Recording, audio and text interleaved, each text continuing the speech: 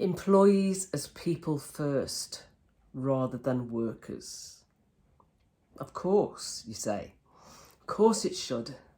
Unfortunately, it hasn't been that way. And employees are now demanding that I'm treated as a person, not just a worker. And back in November last year, I wrote an article called "What is your EVP, your employee value proposition?" That was November 21, which I was interested to read an article in Harvard Business Review this quarter that talks, it's entitled "Rethinking Your Approach to the Employee Experience." And I'll just read a quote from it because it sums it up. Human resources leaders commonly assume that for a company to stand out as a great place to work, it must deliver competitive perks. Everything from skills training to pet insurance to foosball. New research, it's from Gartner, new research finds that this view is outdated. Employees have begun looking beyond material offerings and assessing how they feel about the company they work for. And that requires a different approach. Absolutely.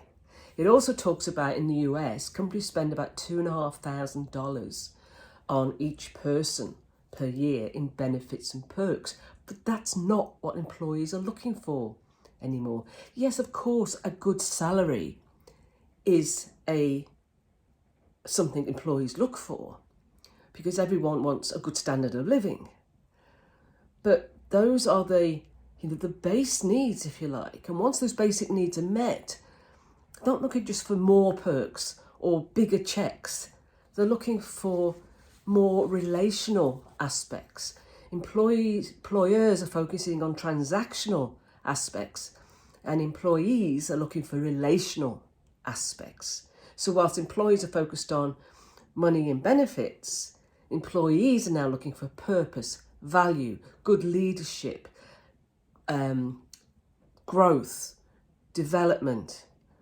And one of the things at the top of the list that employees are looking for now, and understandably, is autonomy and flexibility. They want to decide where they want to decide where they work from, when they do it, and how they do it. They want the flexibility to make the choice, given the flexibility to work anywhere, and the autonomy to decide when they do that and where they do that.